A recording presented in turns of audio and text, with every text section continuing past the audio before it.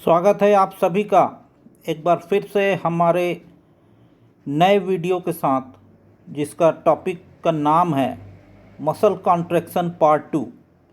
इसके पिछले वीडियो में हमने मसल कॉन्ट्रैक्शन पार्ट 1 में एनाटॉमी ऑफ मसल्स की स्टडी की थी, जिसमें स्केलेटन मसल्स का हमने अल्ट्रा स्ट्रक्चर के माध्यम से उसको समझा था और उसकी पूरी संरचना को हमने उस मसल कॉन्ट्रैक्शन पार्ट 1 के भाग में समझा था। इस मसल कॉन्ट्रैक्शन पार्ट 2 में हम स्टडी करेंगे मसल्स के कॉन्ट्रैक्शन की फिजियोलॉजी को, जो रेखित पेशियां हैं जिसको कि स्केलेटन मसल्स कहा जाता है। उस मसल्स की जो फिजियोलॉजी है, कॉन्ट्रैक्शन की जो क्रियाविधि है, उसको इस वीडियो में हम समझेंगे। सबसे पहले हम लेते हैं केमिकल कंपोजिशन ऑफ मसल्स। तो मसल्स का जो केमिकल कंपोजिशन है, ये इम्पॉर्टेंट है कि इसमें कौन कौन से रासायनिक संगठन उपस्थित होते हैं। The skeletal muscles contain about 75% water and 25% solid matter. जो रेखित पेशी है उसमें 75% पानी पाया जाता है और 25% सॉलिड मैटर पाया जाता है। तो 75% वाटर होता है और 25% सॉलिड मैटर होता है। The solid matter is composed of, तो जो सॉलिड मैटर जो 25% होते हैं, ये 7 एलिमेंट्स के बने होते हैं। इस प्रकार से इसमें केमिकल कंपोजिशंस पाया जाता है। तो चलिए देखते हैं एक एक करके कि ये कौन कौन से एलिमेंट्स सॉलिड मैटर्स हैं। पहला है प्रोटीन। जो प्रोटीन होता है, ये protein from 20% of the muscles. Protein जो होता है मांसपेशियों में संरचनात्मक प्रोटीन का 20% भाग बनाते हैं, जिसमें कि आधे जो होता है एक्टिन व मायोसिन में होता है। तो कुल प्रोटीन सामग्री का लगभग आधा हिस्सा एक्टिन और मायोसिन में उपस्थित होता है। तो ये प्रोटीन बहुत इम्पॉर्टेंट होता है मसल्स के कॉन्ट्रैक्शन के लिए। Actin and myosin are the contractile elements. ये दोनों एक्टिन और मायोसिन जो होते हैं कॉन्ट्रैक्टाइल एलिमेंट्स होते हैं। और ये जो एक्टिन होता है, ये दो भाग में, दो फॉर्म में उपलब्ध होता है। एक ग्लोबुलर, जिसे जी से प्रदर्शित करते हैं, और एक फिलामेंटस, जिसे एफ से प्रदर्शित करते हैं। तो जो एक्टिन होता है, ये ग्लोबुलर फॉर्म में और फिलामेंटस फॉर्म में उपस्थित होता है। The actin attain A globular form in the presence of salt, in the presence of KCl and ATP. It polymerizes to form long fiber or F-actin. तो जो एक्टिन जो attain करता है globular form in the presence of salt, in the presence of KCl और ATP, तो ये polymerase होता है लॉन्ग फाइबर्स चेन में। तो ये लॉन्ग फाइबर्स में पॉलीमराइज हो जाता है F-actin जिसे कहा जाता है। और ये जो F-actin होता है, ये 2 helical chain twisted around each other से बना होता है। 2 हेलिक्स का जो चेन होता है, जैसा कि हमने स्ट्रक्चर देखा था पिछले वीडियो में, इस प्रकार का जो हेलिक्स स्ट्रक्चर होता है, double helix structure twisted around होता है, उस प्रकार से ये पाया जाता है। और जो मायोसिन होता है वो टैडपोल शेप में होता है और it is hydrolyzed into 2 fraction, namely light myromycin। जो मायोसिन है ये हाइड्रोलाइज होता है 2 फ्रैक्शन में। पहला है लाइट मीरोमाइसिन और दूसरा हैवी मीरोमाइसिन। ये लाइट मीरोमाइसिन और दूसरा है हैवी मीरोमाइसिन। तो these are separated by the action of trypsin. तो ये ट्रिप्सिन का जो एक्शन होता है इसमें ये सेपरेट हो जाते हैं। Actin and myosin unite together to form a complex called actomyosin. और दोनों जो एक्टिन है, ये एक्टिन प्लस मायोसिन, ये दोनों मिलकर बनाते हैं एक्टोमायोसिन। तो ये स्ट्रक्चर जो है बनता है, दोनों मिलकर जो है एक्टोमायोसिन बनाते हैं। The complex contract in the presence of ATP. तो ये पार्ट था प्रोटीन का। इसमें और जो है tropomyosin is another important major protein. जो ट्रोपोमायोसिन होता है ये इम्पॉर्टेंट होता है, मेजर प्रोटीन होता है, और ये 3 to 8% होता है प्रोटीन का। तो इस प्रकार ये प्रोटीन का भाग बनता है। दूसरा भाग आता है लिपिड्स का। जो लिपिड्स होता है वो 0.2% होता है, जिसमें कि कोलेस्ट्रॉल, लेसिथिन, नेचुरल फैट और फॉस्फोलिपिड्स पाए जाते हैं। तीसरा भाग आता है कार्बोहाइड्रेट का।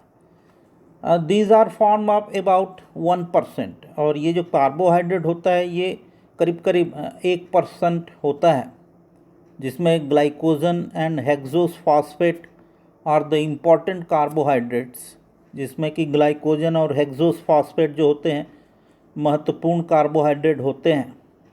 Glycogen is the main source of energy for muscular contraction. तो कार्बोहाइड्रेट का जो ग्लाइकोजन होता है वो मुख्य सोर्स होता है ऊर्जा का मसल्स कॉन्ट्रैक्शन के लिए। फिर आता है इनऑर्गेनिक साल्ट। इनऑर्गेनिक साल्ट में जो है ये पाए जाते हैं potassium, calcium, sodium, magnesium, iron आदि फॉस्फेट जो होते हैं ये पाए जाते हैं, सल्फेट भी होते हैं। तो ये जो इनऑर्गेनिक साल्ट है, दीज आर फॉर्मिंग 1 to 1.5%, 1 से लेकर 1.5% जो है ये इनऑर्गेनिक साल्ट पाया जाता है। फिर ये extra activity, there are 2 types of extra activity, namely non nitrogenous and nitrogenous. तो 2 प्रकार की एक्स्ट्रा एक्टिविटी इसमें होती है, नॉन नाइट्रोजिनस और nitrogenous. The non nitrogenous extra activity contain lactic acid and inositol. The nitrogenous extra activity is formed of ATP, ADP, AMP and chromium phosphate. तो इस प्रकार से ये एक्स्ट्रा एक्टिविटी होती है, जिसमें कि ATP is the source of energy. जो कॉन्ट्रैक्टिंग जो मसल्स का होता है, जिसमें कि ज़रूरी ऊर्जा लगती है, वो एटीपी होती है एनर्जी सोर्स के लिए। और ये जो एटीपी है, जब जो क्रोमियम फॉस्फेट होता है इसके साथ में ये स्टोर्ड एनर्जी को बनाती है और it help in the conversion of ADP to ATP. तो ये एक्स्ट्रा एक्टिविटी है। इसके बाद आता है pigments. Muscles also contain the respiratory pigment, namely myoglobin, cytochrome. तो मसल्स में रेस्पिरेटरी पिगमेंट्स भी उपस्थित होते हैं, जैसे मायोग्लोबिन, मायोक्रोम भी कहा जाता है, साइटोक्रोम जिसे कि मायोहिमेटिन कहा जाता है, और साथ में फ्लेविन्स भी इसमें उपस्थित होते हैं। फिर 7वें नंबर पर आता है enzymes and coenzymes. This include the important group of enzymes and coenzymes of glycolytic cycle, Krebs cycle, those involve in the breakdown and resynthesis of ATP and phosphagen and deaminase. तो ये enzymes और coenzymes यहाँ पर उपस्थित होते हैं, important groups होते हैं। तो इस प्रकार से ये जो है केमिकल कंपोजिशन मसल्स का बनता है, जिसमें कि इम्पॉर्टेंट केमिकल्स उपस्थित होते हैं और मसल्स को कॉन्ट्रैक्ट करने में मदद करते हैं। इसके बाद जो भाग अपन लेते हैं वो है मसल्स का कॉन्ट्रैक्शन की फिजियोलॉजी। तो जो मसल्स कॉन्ट्रैक्शन की जो फिजियोलॉजी है, the process by which muscles are shortening in term muscle contraction, जो प्रक्रिया है जिसमें कि मसल्स जो है शॉर्ट होती है, कॉन्ट्रैक्ट होती है, उसको मसल कॉन्ट्रैक्शन कहा जाता है।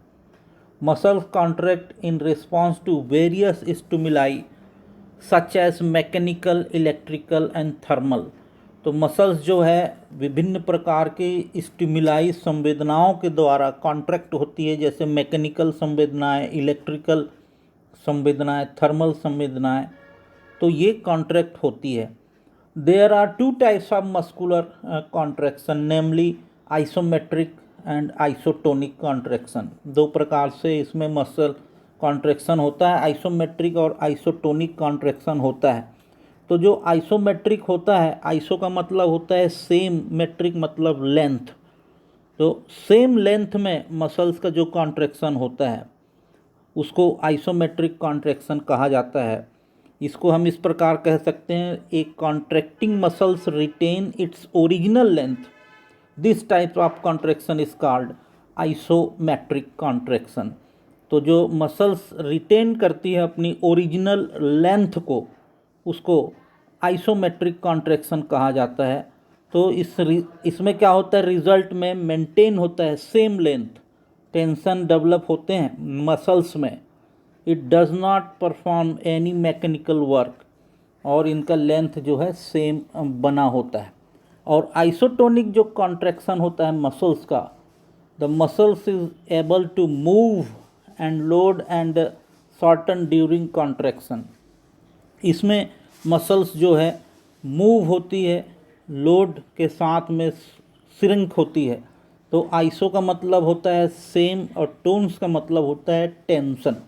तो आइसोटोनिक में कॉन्ट्रैक्शन होता है। तो इस प्रकार का जो मूवमेंट है इसको हम आइसोटोनिक कॉन्ट्रैक्शन कहते हैं। तो यहाँ पर जो इम्पोर्टेंट फिनोमिना है वो है sliding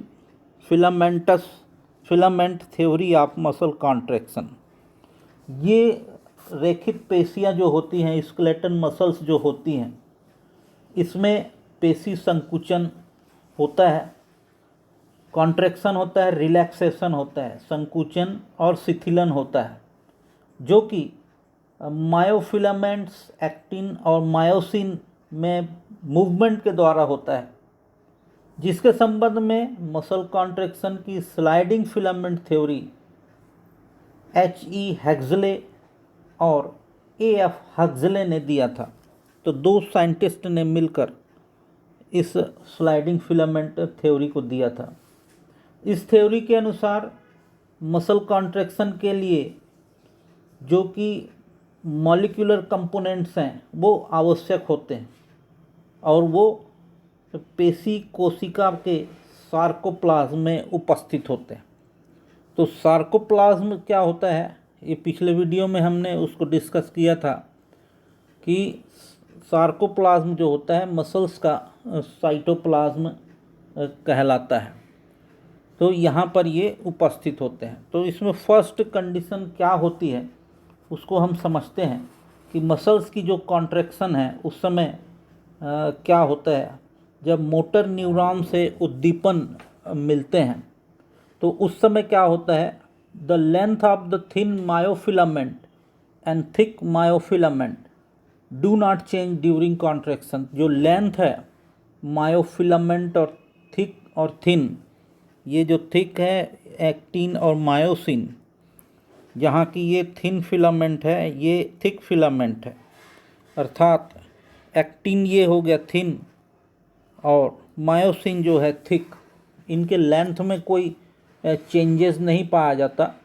the thin myofilament slide inward toward the H zone of the dark band, और ये जो एक्टिन फिलामेंट है ये अंदर की ओर डार्क जोन, ये चूँकि डार्क जोन है इसके अंदर की ओर इनवर्ड स्लाइड करते हैं।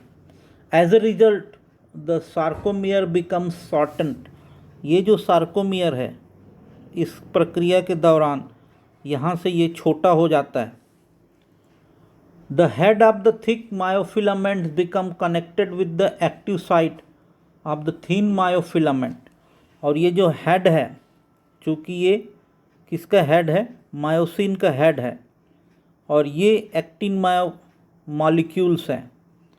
तो जो हेड है वो हेड जो है थिक मायोफिलामेंट्स का कनेक्ट होता है active side of thin myofilament. जब ये एक्टिन अंदर की ओर जाते हैं, पतले फिलामेंट अंदर की ओर जाते हैं, तो ये मायोसिन का हेड जो है इससे जुड़ने के लिए तैयार हो जाता है। The head moves like a ores of A boat on the surface of the thin myofilament. और ये यहाँ से चिपक जाता है, इसके साथ थिक और थिन मायोफिलामेंट्स आपस में चिपकते हैं, ये दूरी इनकी कम हो जाती है और ये आकर यहाँ पर एक दूसरे से चिपकते हैं। और जो हेड है वो नाव के पतवार की भांति कार्य करता है और आपस में चलने लगते हैं। The thin and thick myofilament slide past each other. और यहाँ पर ये मूवमेंट ऐसा प्रारंभ हो जाता है और एक क्रॉस ब्रिज का निर्माण होता है, जिसमें कि ये मायोसिन फिलामेंट है और ये एक्टिन फिलामेंट है। तो इस प्रकार से इस पेशी में जो है क्रॉस ब्रिज का बनना और बिगड़ने से जो है पेशियां जो है मूवमेंट करती हैं। और उसके बाद जो कॉन्ट्रैक्टेड कंडीशन है, इसमें एक्टिन फिलामेंट पूरी तरीके से अंदर प्रवेश कर जाती है और मायोसिन फिलामेंट से चिपक जाती है। इसको हम कहते हैं कॉन्ट्रैक्टेड कंडीशन। और जिस प्रकार यहाँ पर आप देखेंगे कि ये स्टेटेड कंडीशन है, फैली हुई अवस्था है, जिसमें कि ये एक्टिन फिलामेंट यहाँ पर पीछे है और मायोसिन के पास में इसमें गैप पाया जाता है। तो इस प्रकार से मसल्स जो है कॉन्ट्रैक्शन और एक्सपांसन की क्रिया करती है। तो इसके अनुसार पेशी संकुचन के समय मायोसिन फिलामेंट में विशिष्ट संरचनाएं क्रॉस ब्रिज का निर्माण करती हैं। तो इस समय पेशी की जो सेल्स होती है मायोसिन जो रॉड के समान होती है, जिसे कि हम ए बैंड कहते हैं। ये जो ए बैंड है यहाँ पर, इसको कि मायोसिन कहा जाता है, क्रॉस ब्रिज का निर्माण करती। जो एक्टिन छड़ों के साथ जो आई बैंड है उसके साथ जो है ये क्रॉस ब्रिज का निर्माण करती है और स्लाइडिंग गति करती है खींचते हुए। ये यहाँ सर ये क्रॉस ब्रिज है, तो इस प्रकार इसमें स्लाइडिंग गति करती है, तब मसल्स जो है कॉन्ट्रैक्ट होती है।